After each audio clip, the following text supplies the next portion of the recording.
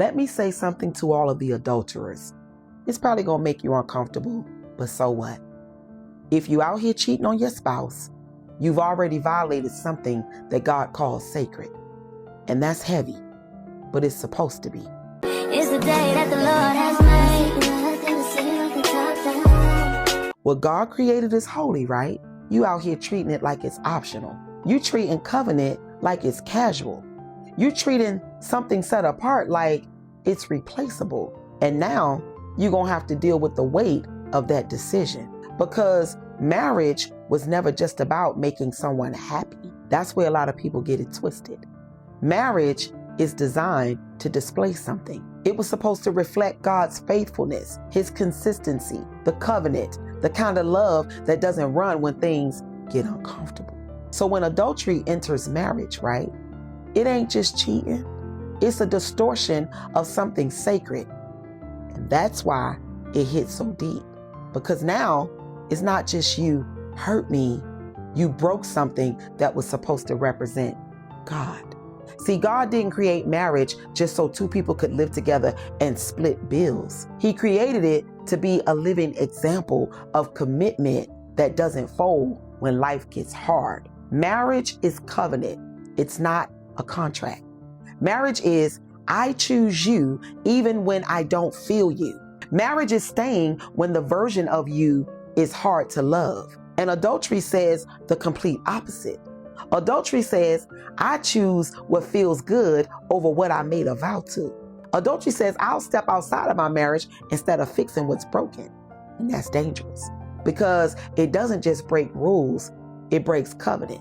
And covenant is not something that you want to play with. God compares marriage to his relationship with his people. Faithful, committed, even when we mess up. So once you cheat inside a marriage, you're acting out of unfaithfulness, not a mistake, but a choice, a decision that you made, and a series of decisions. You kept conversating, knowing that it should have stopped. You kept allowing access that didn't belong to that person. You crossed boundaries that you knew were already in place. And now you standing in something you told yourself you would never do. Because at some point, you stopped guarding what God gave you. You knew when it shifted. You felt when things stopped being innocent. You ignored that check in your spirit, because adultery doesn't just start in the bedroom.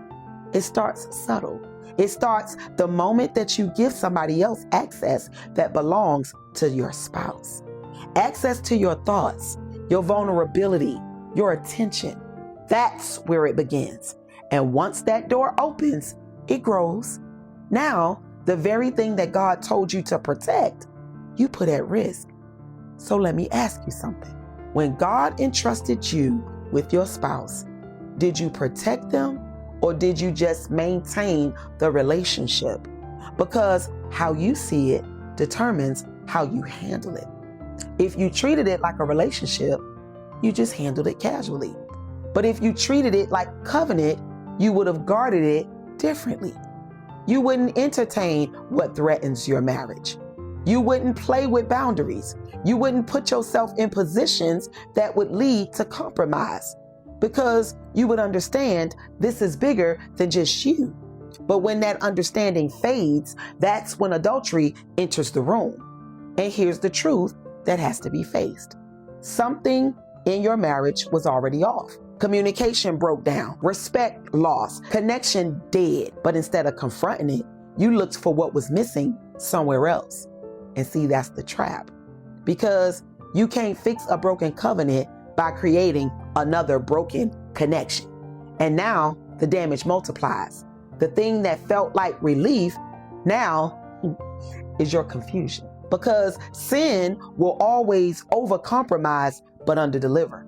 It'll make you feel seen for that moment and leave you dealing with consequences long after the feeling is gone. Now everything is shaken up. Trust broken, respect damaged, the foundation cracked, and rebuilding all of that, that ain't easy.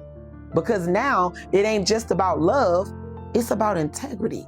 It's about whether you're willing to become someone who can actually honor what you broke. That's going to take work. That takes humility. That takes real repentance. Not just saying, I'm sorry, but change. Because God doesn't just look at what you did. He looks at what you became after what you did. And if you're on the other side of this, I understand.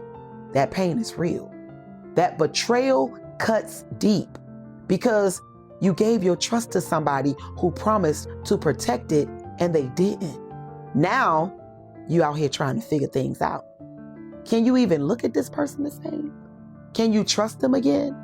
Can what you had ever be what it was? And the truth is, it won't be what it was. It can be rebuilt, but it will be different because something sacred was broken.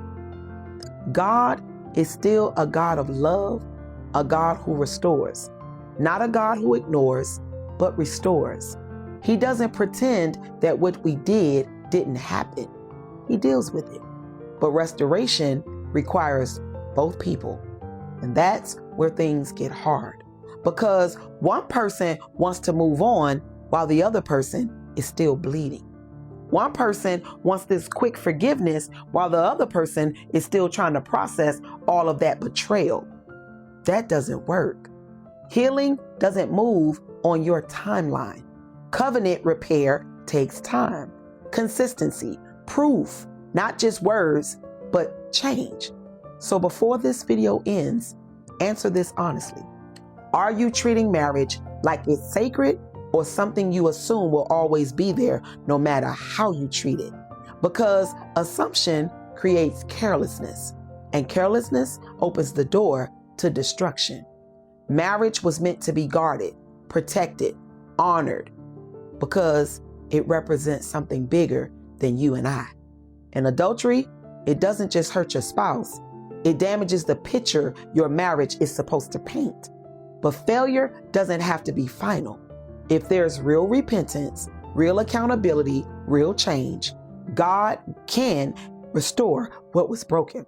But restoration is not automatic. It requires alignment. It requires both people deciding this will be rebuilt the right way. Because anything built outside of God's design, it's going to be unstable. So please, don't wait until everything is falling apart to value what He gave you. Don't wait until someone else is involved to start now showing up. Don't wait until trust is broken to start being honest, because by then, you're not protecting it. You're trying to repair what you didn't guard, and some damage leaves scars. So protect what God gave you. Honor what He designed, and please don't let something temporary destroy something that was meant to be permanent and sacred. Because once adultery enters your marriage, you are not just fighting for love anymore. You're fighting to restore what was supposed to reflect Him. And that fight, that's going to cost you everything you should have been giving from the start.